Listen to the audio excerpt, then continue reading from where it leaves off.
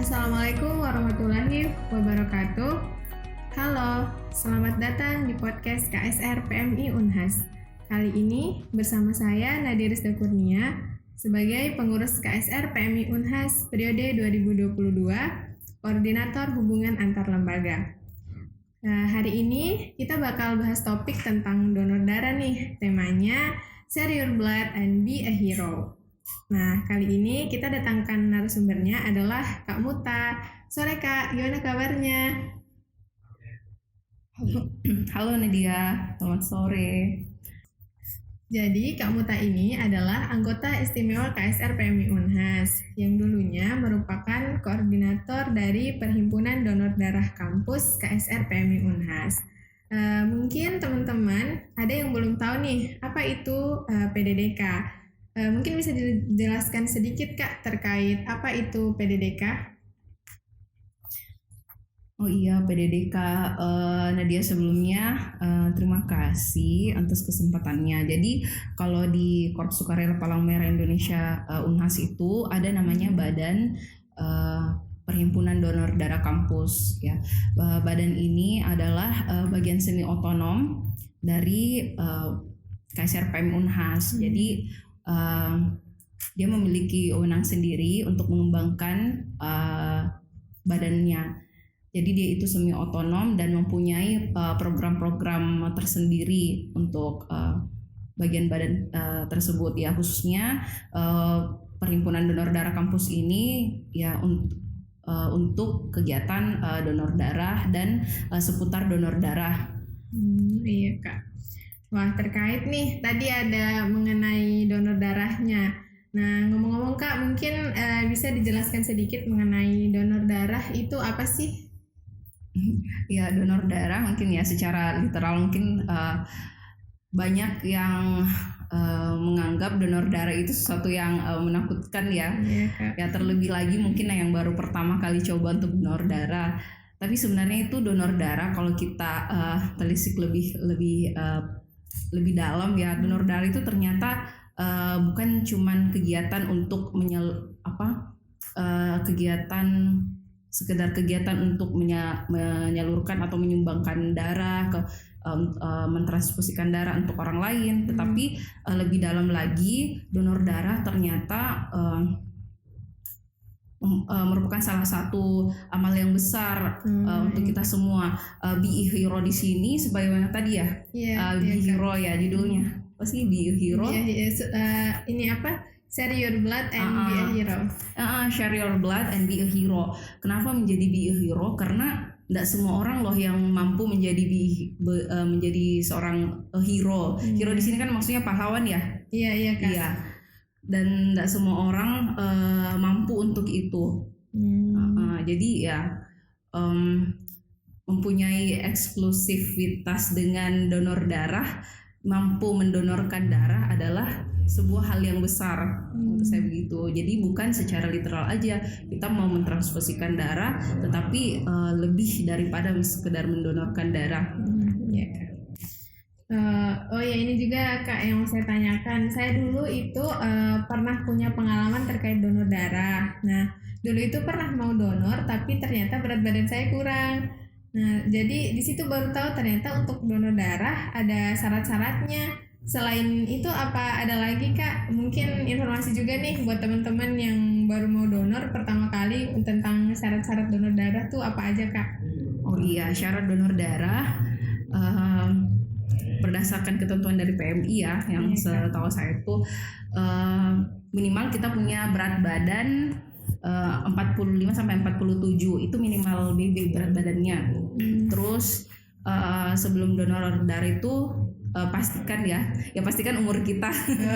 Umur kita bukan di bawah 17 tahun. Secara legal 17 tahun ke atas ya. Ya, jadi teman-teman ini yang sudah beranjak dewasa awal silahkan niatnya mau donor darah ya silahkan. 17 itu masih usia SMA ya. Iya Kak. Iya, SMA kelas 2 kelas 3 ya. Iya. Ya sekitar itu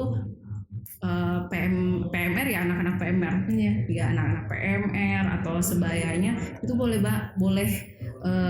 banget untuk niat untuk donor darah ya. Ya itu keren banget sih kalau sudah beli sudah beli awal, sudah menabung niat untuk donor darah. Nah mungkin kalau udah umur 30 tahun udah ini udah sampai 100 kali ya donor darah. Oke. Jadi selain dari umur minimal 17 tahun ke atas 17 tahun ya, berat badan, pada saat mendonorkan darah itu kita harus punya tenaga yang cukup ya. Jadi bukan cuman walaupun kita punya niat ingin dan sangat mau donor, tetapi kalau tenaga kita tidak cukup alias kita belum makan, belum makan pada saat itu atau cuma ngemil kue sebelumnya, itu belum bisa sebenarnya, karena kegiatan donor darah pun kan kita butuh tenaga untuk donor darah, karena kan darah kita diambil beberapa sekitar 300 mili lebih gitu. Jadi harus punya cukup supaya setelah donor itu nggak terlalu lemas badannya. Iya, jadi harus wajib makan sebelum donor darah. Terus istirahat. Nah selanjutnya juga sebelum itu kita sudah istirahat yang cukup, minimal itu 8 jam kalau nggak salah ya. 8 jam istirahat, pastikan kita nggak begadang. Nah biasa tuh kalau kita ke PMI biasa ditanya jam berapa tidurnya. Nah itu karena punya tujuannya ya memang untuk kembali ke diri kita. Karena kalau misalnya kurang dari 8 jam itu bahkan ketahuan di pas pemeriksaan HB. HB-nya pasti berkurang kan? Iya. Ada pemeriksaan HB-nya juga. Iya tentunya. Iya, kalau kan donor darah punya step-step ya. Ya pastinya enggak sembarang, maksudnya sembarang untuk kita mau donor langsung bisa. Nah, ada step-step yang perlu dilewati. Salah satunya untuk syarat-syarat ini. Punya berat badan yang cukup, makan cukup sebelumnya, terus lagi tidak sedang datang haid untuk perempuan ya. Jadi dia udah bersih sekitar seminggu sebelum mau mendonorkan darah. Terus bagi yang donor rutin sukarela yang sudah donor, setidaknya 60 hari setelah donor darah itu sudah bisa donor darah. Ya setidaknya kayak 2,5 bulan lah. Jadi gitu ya teman-teman, kalau kita ingin donor darah itu tidak langsung datang, setelah itu disuntik dan diambil darahnya, tapi ada syarat-syarat yang harus dipenuhi seperti yang tadi disampaikan oleh Kak Muta. Nah ini Kak, kan kita sudah bahas nih syarat sebelum donor. Nah untuk setelah donornya itu Kak, apa ada juga pantangan seperti nggak boleh ini dulu atau nggak boleh itu dulu Kak? Bagaimana Kak? Jelas ya. Ya, tadi ya syarat-syarat donor kan setelah tahapan donor ya. Iya. Kan kita kalau donor itu pasti dicek kesehatan terlebih dahulu oleh dokter, dicek tekanan darah, terus dicek HB. Kalau udah lolos tuh dua pemeriksaan itu dinyatakan bisa, nah kita baru tuh bisa donor. Nah pas setelah donor itu biasa yang disarankan oleh dokter itu kita nggak boleh dulu angkat beban berat ya. Angkat beban berat ya, karena kan tangannya udah kram, takutnya nanti ada tangannya kram atau menghindari supaya ini nggak terlalu capek ya, karena kan kita sudah mendonorkan darah dan disarankan untuk istirahat dulu setelah donor darah. Nah biasa kalau udah donor darah kan biasa dapat paket bingkisan. Iya. Paket bingkisan itu biasa berupa suplemen penambah darah, susu dan makanan yang makan roti, semacam roti atau semua. Itu kalau bisa langsung kita minum air putih, terus makan makanan yang vitaminnya bisa vitaminnya langsung diminum sih, dan istirahat cukup. Terus bagaimana Kak kalau misalkan ada nih teman-teman yang mau donor darah, biasanya itu kan hanya tahu ada kegiatan donor dari pamflet pamflet kegiatan yang tersebar. Tapi kalau misalkan nggak ada itu pamflet kegiatan yang tersebar, terus ada keinginan kita untuk donor, itu di mana Kak? Kalau kita ingin donor tapi nggak tahu tempatnya di mana, kayak nggak ada pamfletnya nggak ada pamflet yang tersebar, tapi mau donor tempatnya di mana Kak? Oh ya, alhamdulillah kalau sekarang sih kan unit transfusi darah sudah ada ya di Makassar, di mana di berbagai daerah di Indonesia. Ya, insya Allah kalau kita sudah siap ya, boleh aja langsung datang ke unit transfusi darah PMI yang terdekat di sini ya, mungkin di daerah Jalan Lanto dekat Masjid Al-Markas, ya, atau di UTDP Provinsi Jalan Perintis. Iya. Sekarang sih saya lihat kalau kegiatan donor darah ya, apalagi kan perhimpunan donor darah sekarang kan biasa kerjasama dengan para lembaga-lembaga kampus ya. Iya. Ya, kerjasama dengan lembaga-lembaga kampus untuk mengkampanyekan tentang kegiatan donor darah. Setidaknya kalau asal perhimpunan donor itu bisa menyelenggarakan 2 sampai beberapa kali kegiatan donor. Jadi teman-teman kampus khususnya di Unhas bisa menjangkau ya, kalau misalnya habis kuliah nih atau apa, bisa langsung untuk datang ke kegiatan donor darahnya di ini kegiatan donor darah yang diselenggarakan oleh lembaga kampus. Jadi walaupun tidak ada kegiatan diselenggarakan, bisa berarti langsung datang ke PT transfusi darahnya. Iya, asalkan sudah memenuhi syarat dan memenuhi jadwalnya ya, yang sudah donor. Itu kan kalau misalnya kita yang mau donor Kak. Terus bagaimana kalau misalkan kita yang justru butuh pendonor, karena misal nanti suatu saat kayak ada keluarga yang sakit atau ada yang kecelakaan. Nah, itu pengajuan kalau kita butuh darahnya itu bagaimana Kak? Oh iya, kalau misalnya untuk pengajuan pendonor maksudnya, atau darah ya, permintaan darah maksudnya. Iya, pengajuan permintaan darah untuk kantong darah itu bisa kan langsung itu dari rekomendasi dari dokter pastinya ya. Iya, dari dokter yang bersangkutan memberi rekomendasi berapa jumlah darah yang dibutuhkan. Terus dari rumah sakit atau dari dokter tersebut kita kan dikasih resinya itu diserahkan ke pihak transfusi darah. Nah, terus kita konfirmasi apakah kebutuhan stok darahnya tersedia atau tidak.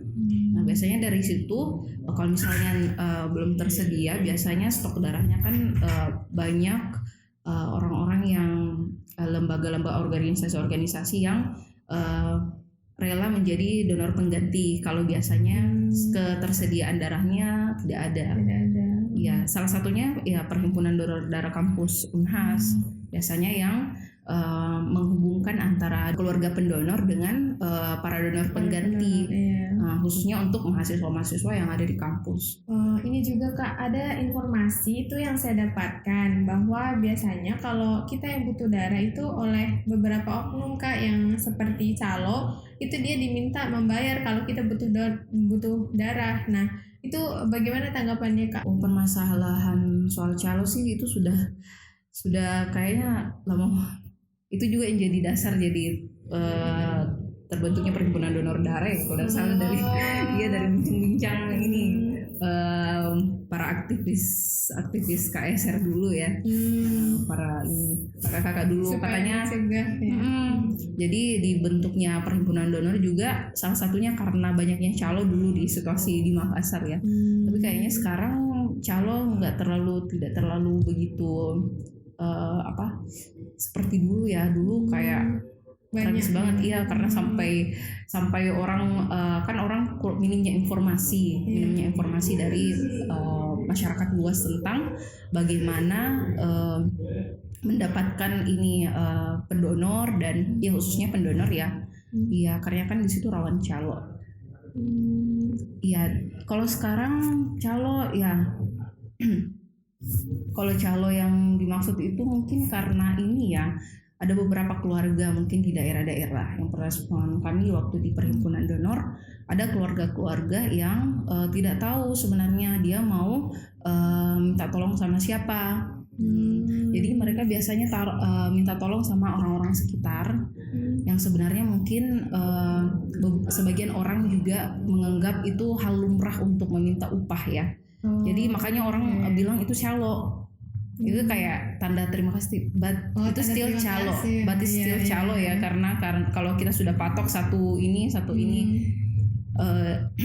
Tapi alhamdulillah sekarang dengan menyebar luasnya informasi tentang donor darah, kayak untuk calo ini sudah jarang ya. Mungkin ada tapi saya kurang tahu lagi bagaimana sekarang perkembangan calo bercalon darah. Tapi itu sih yang ada yang gratis di PDDK kan ya, kayak langsung bisa kita dapat kontaknya baru kita hubungi di situ. Iya, dan pastinya kami bukan calo ya. Iya, kami ini ya insya Allah murni untuk membantu terusnya bagi keluarga yang membutuhkan pendonor. Ya, jadi kan istilahnya kalau di donor darah itu ada donor sukarela, ada donor pengganti. Nah, donor pengganti inilah yang kalau misalnya stok darah di unit transfusi itu tidak ada. Jadi kami biasanya menghubungi pihak keluarga, pihak ini pendonor yang sudah donor sukarela untuk yang sudah waktunya donor, kita hubungkan dengan keluarga yang membutuhkan. Seperti itu. Ya, baik Kak. Nah, untuk teman-teman yang butuh bantuan cari pendonor, apabila nanti bank darahnya itu sudah tidak tersedia, bisa mungkin menghubungi nomor kontak PDDK 085 241 189 033. Nah, terakhir nih Kak, mungkin kita bahas mengenai manfaat donor nih supaya teman-teman makin tertarik untuk melakukan donor darah. Jadi apa itu manfaatnya Kak untuk donor darah itu sendiri? Wah, manfaat donor darah sangat banyak ya. Nah, kalau teman-teman bagi yang sudah donor pasti rasanya setelah donor darah itu pasti ada hal-hal yang kayak merasa lebih segar. Terus perasaan juga merasa secara mental ya. Seperti terasa kayak lebih apa namanya? Darah kita tuh merasa lebih berguna. Iya, karena kita berbagi ya, perasaan berbagi bagaimana sih? Iya, jadi secara ini manfaat donor sangat banyak, utamanya kalau kesehatan ya. Pertama ya untuk bagi yang ini yang sirkulasi darahnya kurang lancar mungkin ya. Iya. Terus untuk kesehatan jantung, ya untuk kesehatan jantung sangat bagus. Terus juga manfaat donor darah secara ya lebih jauh lagi kan kalau kita mau donor darah kan ada pemeriksaan darah. Nah, pemeriksaan darah itu sebenarnya sangat bermanfaat untuk mendeteksi penyakit di tubuh kita sebenarnya. Kan dari unit transfusi itu kalau darah kita di screening, itu bisa mendeteksi berbagai penyakit serius seperti HIV, penyakit hati, penyakit yang berbahaya ya. Jadi dari unit transfusi itu bakalan menghubungi para pendonor yang mempunyai yang mengidap penyakit yang serius untuk ini, karena kan ditindaklanjuti. Iya, ditindaklanjuti karena kan donor darah itu semua darah yang kita sumbangkan sebenarnya bisa dipakai yang lolos ya. Jadi perlu screening darah. Dan proses screening darah itu yang bisa mengetahui kalau kita itu sedang sehat atau apa. Jadi dari mulai awal aja nih. Pertama, kalau kita nggak tahu golongan darah kita ya, biasanya kan ada pemeriksaan jenis golongan darah. Nah, itu bagi yang belum tahu tuh golongan darahnya bisa tahu waktu pemeriksaan golongan darah. Terus kan waktu tes tekanan darah juga kita kan sudah tahu tuh, oh sekarang tekanan darahnya ini lagi rendah ataukah lagi tinggi. Sama dengan juga pemeriksaan HB hemoglobin. Jadi selain untuk pemeriksaan kesehatan dan ini juga kita kan sudah niat untuk kebaikan itu kan sudah menjadi catatan amal ya. Luar biasa deh kalau misalnya kita sudah punya niat untuk donor, setidaknya kita mencoba untuk berbuat kebaikan itu sudah luar biasa ya. Urusannya kalau misalnya bonus ya, itu menjadi bonus kalau misalnya kita mempunyai manfaat dari luar niat kita, manfaat kesehatan. Jadi nggak ada ruginya, nggak ada sama sekali ruginya untuk ini, untuk donor darah. Jadi gitu ya teman-teman yang dijelaskan oleh Kak Muta ini. Jadi untuk donor darah itu sendiri bukan hanya untuk orang lain, tapi bagus juga untuk diri kita sendiri ya Kak, karena bisa untuk screening.